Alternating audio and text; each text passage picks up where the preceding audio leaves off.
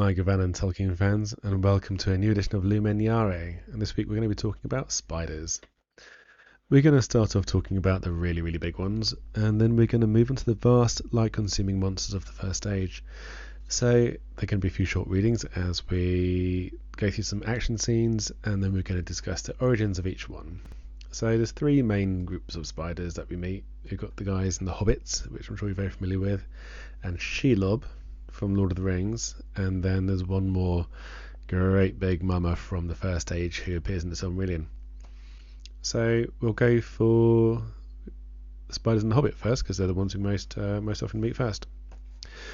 So they're in the middle of Mirkwood, and Bilbo's got separated from the rest of the dwarves, and he's feeling very sad and lonely, and it's all dark, it's night time, and he's absolutely knackered. So he sat himself down with his back to a tree, and not for the first time fell to thinking of his far distant hobbit hole with its beautiful pantries. He was deep in thoughts of bacon and eggs, and toast and butter, when he felt something touch him.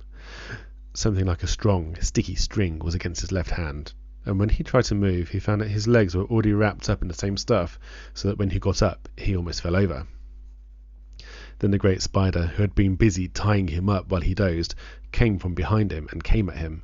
He could only see the thing's eyes, but he could feel its hairy legs as it struggled to wind its abominable threads round and round him.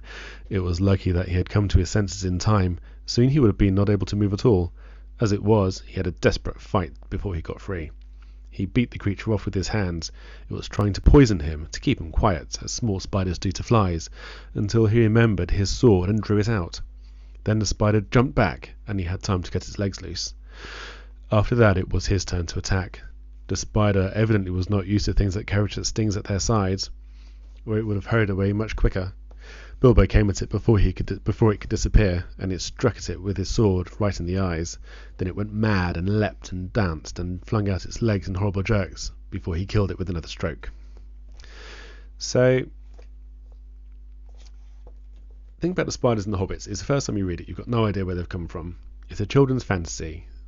The dwarves and the hobbits are in a horrible place called Mirkwood, and there's giant spiders. So you'd normally be happy to leave it at that. Often in sword and sorcery fantasy, there's no need for an explanation of the monsters which the heroes encounter. But with Tolkien, you can guarantee there's more to it. Unbeknownst to any reader of The Hobbit in 1937, Tolkien had already included the spider in his cosmology from many years ago, and we'll get to her later. But now we've got Shelob, who you'll remember from the movie. There are some changes to the movie. There's some changes to how it all works in the movie, and but it does okay. There age-long she had dwelt, an evil thing in spider form, even such as once of old had lived in the land of the elves in the west that is now under the sea, such as Beren had fought in the mountains of Terror in Doriath, and so came to Luthien upon the greensward among the hemlocks in the moonlight long ago. How Shelob came there, flying from ruin, no tale tells, for out of the dark years few tales have come. But still she was there who was there before Sauron, before the first stone of Barad-dûr, and she served none but herself, drinking the blood of elves and men, bloated and grown fat, with endless brooding on her feasts, weaving webs of shadow. For all living things were her food, and her vomit was darkness. Far and wide her lesser broods, bastards of the miserable mates, her own offspring, that she slew, spread from glen to glen, from the Efelduath into the eastern hills, to Dol Guldur and the fastnesses of Mirkwood. But none could rival her, Shelob the Great, the last child of Ungoliant, to trouble the unhappy world. Now, there's a little bit about how Gollum had lured Frodo and Sam up there and got them trapped in her caves. But then Sam has dazzled Shelob with the star glass, and Frodo has used Sing to cut the webs out, and they've escaped from the tunnels and are running across the high pass of Cirith Ungol. And hardly had Sam hidden the light of the star glass when she came. A little way ahead and to his left he saw suddenly, issuing from a black hole of shadow under the cliff, the most loathly shape he had ever beheld. Horrible beyond the horror of an evil dream. Most like a spider she was, but huger than the great hunting beasts, and more terrible than they because of the evil purpose in her remorseless eyes. Those same eyes he had thought daunted and defeated, there they were lit with a fell light again, clustering in her out-thrust head.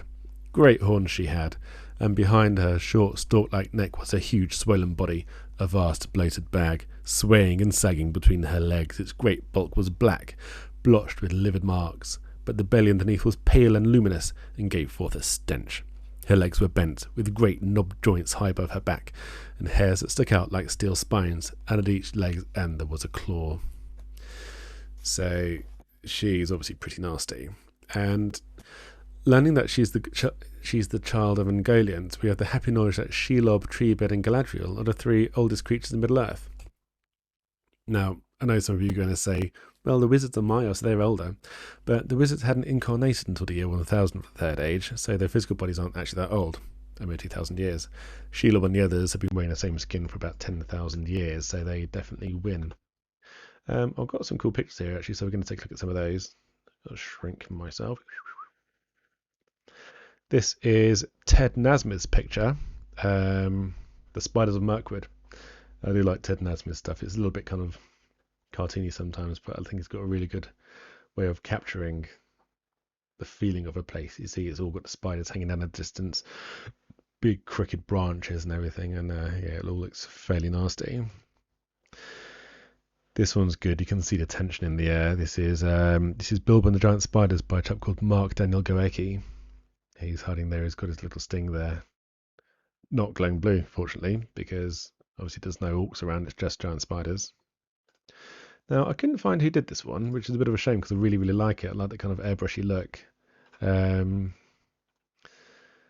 yeah, it's one of my favourites with the dwarves hanging in the trees back there. And this, obviously, that's a still from the movie, which is quite effective, actually. Martin Freeman, I thought, played Bilbo excellently. And let's take a look at some Shelob pictures. This one's brilliant. This is Azani Ferreira drew this one. It's a 3D rendering. It's actually a 3D object that he's just taking a picture of. And I think it's really, really clever. I like the light, the way it glows there. And Shelob looks absolutely hideous. Yes, another Ted Nasmith. You can see off in the distance, that's the Tower of Cirith Ungol. You can see Shelob's horns on her head. And there's Sam, the true hero of Lord of the Rings. Come at me, bruv. The sword obviously glowing blue, as it should do, because they're in Cirith Ungol, there's orcs on their way. And this one's really good. That's Yaroslav Kavlodnik's picture of Shelob, all from DeviantArt, I believe. So, we mentioned Ungoliant, and you can't mention Ungoliant without having a little bit of a reading of her. So, I mentioned earlier that she was already in the cosmology when The Hobbit was written. This part of a story existed in 1914 to 1915. Now, Angolian was used by Melkor to kill the two trees of Valinor. The White Tree of Gondor is the ultimate descendant of the trees of Valinor. So Melkor, who's like Sauron's boss, he's gone off to go and find Ungoliant to exact his revenge upon what he seems that the Valar have been mean to him, effectively, and he wants his revenge. And so, thus unseen, Melkor came at last to the dark region of Avathar. The narrow land lay south of the Bay of Eldamar, beneath the eastern feet of the mountains of Pelori, and its long and mournful shores stretched away into the south, lightless and unexplored. There, beneath the sheer walls of the mountains and the cold dark sea, the shadows were deepest and thickest in the world, and there in Avathar, secret and unknown, Ungoliant had made her abode. The Eldar knew not whence she came, but some have said that in ages long before she descended from the darkness that lies about Arda, when Melkor first looked down in envy upon the kingdom of Manwë. He's like the chief of the Valar, an archangel, if you will. And that in the beginning she was one of those that Melkor corrupted to his service, but she had disowned her master, desiring to be mistress of her own lust, taking all things to herself to feed her emptiness, and she fled to the south, escaping the assaults of the Valar and the hunters of Orome, for their vigilance had ever been in the north, and the south was long unheeded.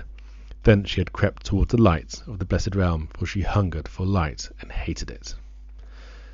In a ravine she lived, and took the shape as a spider of monstrous form. weaving her black webs in a cleft in the mountains. There she sucked up all light that she could find, and spun it forth again in dark nets of strangling gloom, until no more light could come to her abode, and she was famished.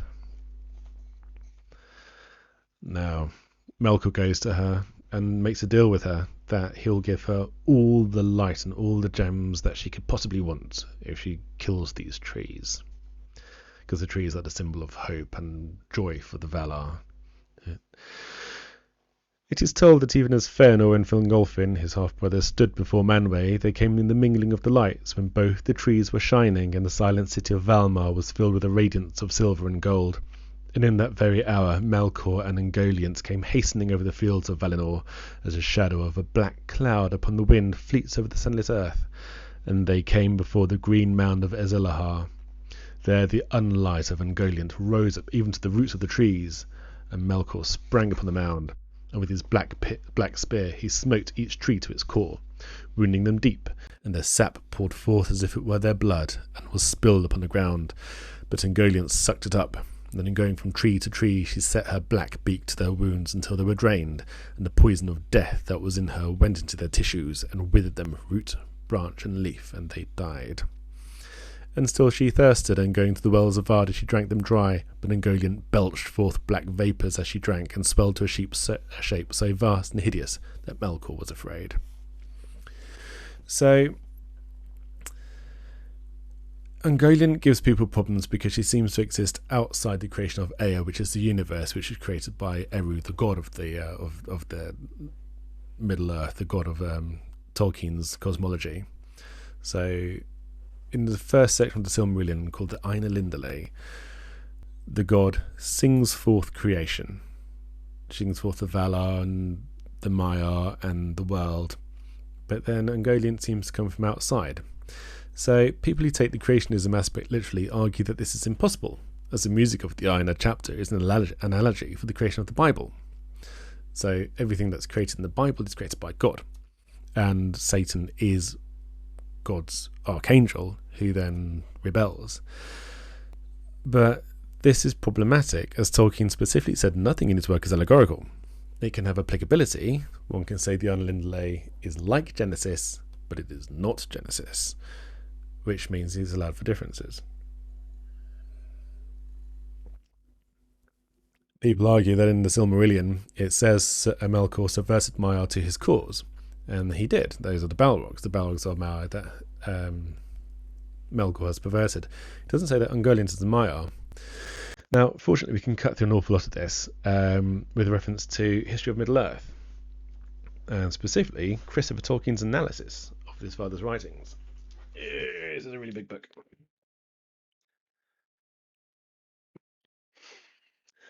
Where are we? In the tale, her origin is unknown, and although this element may be said to have remained in the Silmarillion, as in the Eldar know not where she came, by the device of some have said, a clear explanation is in fact given.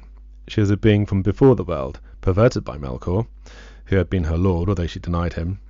The original idea of the primeval spirit Moru is made explicit in an entry in the early word list for the Gnomish language. The gnomes of the Noldor, they're the elves, where the name Moru is defined as the name of a primeval knight personified as Gwelem or Ungoliant. So Christopher Tolkien literally tells us that the name Ungoliant is actually that of a primeval night spirit. So she reminds me of Nyx, the Greek goddess of the night, who is also a primordial being. Hesiod tells us Nyx came directly from Chaos, who was the abyss, the void before the earth, before the universe. There was the abyss. So the abyss was Chaos, the abyss, and then Gaia came into being. Gaia is obviously the earth, and then Chaos gave birth to darkness, which is Erebus, and Nyx, who is the night. That is why Ungoliant can spread webs of unlight in the utter darkness. I've got some cool Ungoliant pictures actually. Let's have a flick through some of these. That's this is JohnHowe, one of my favourite Tolkien artists. Obviously that's Melkor, this is the trees of Valinor, and Ungoliant about to kill him. That's a great one.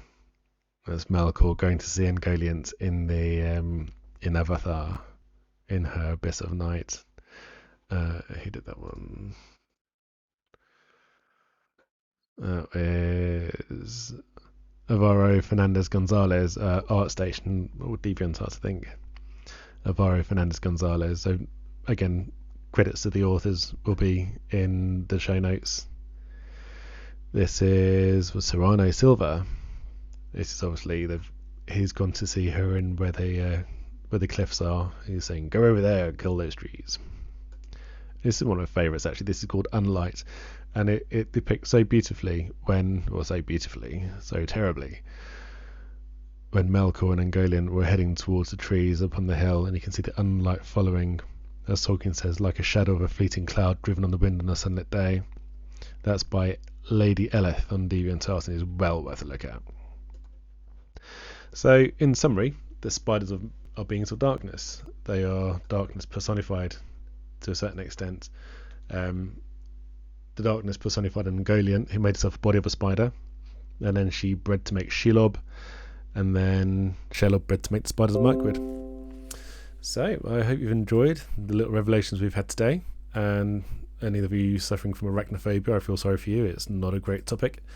So if you like what you're seeing at the moment, please like and subscribe. Hit the little subscribe button, and we'll talking to you next week. Thank you very much for listening. Bye bye.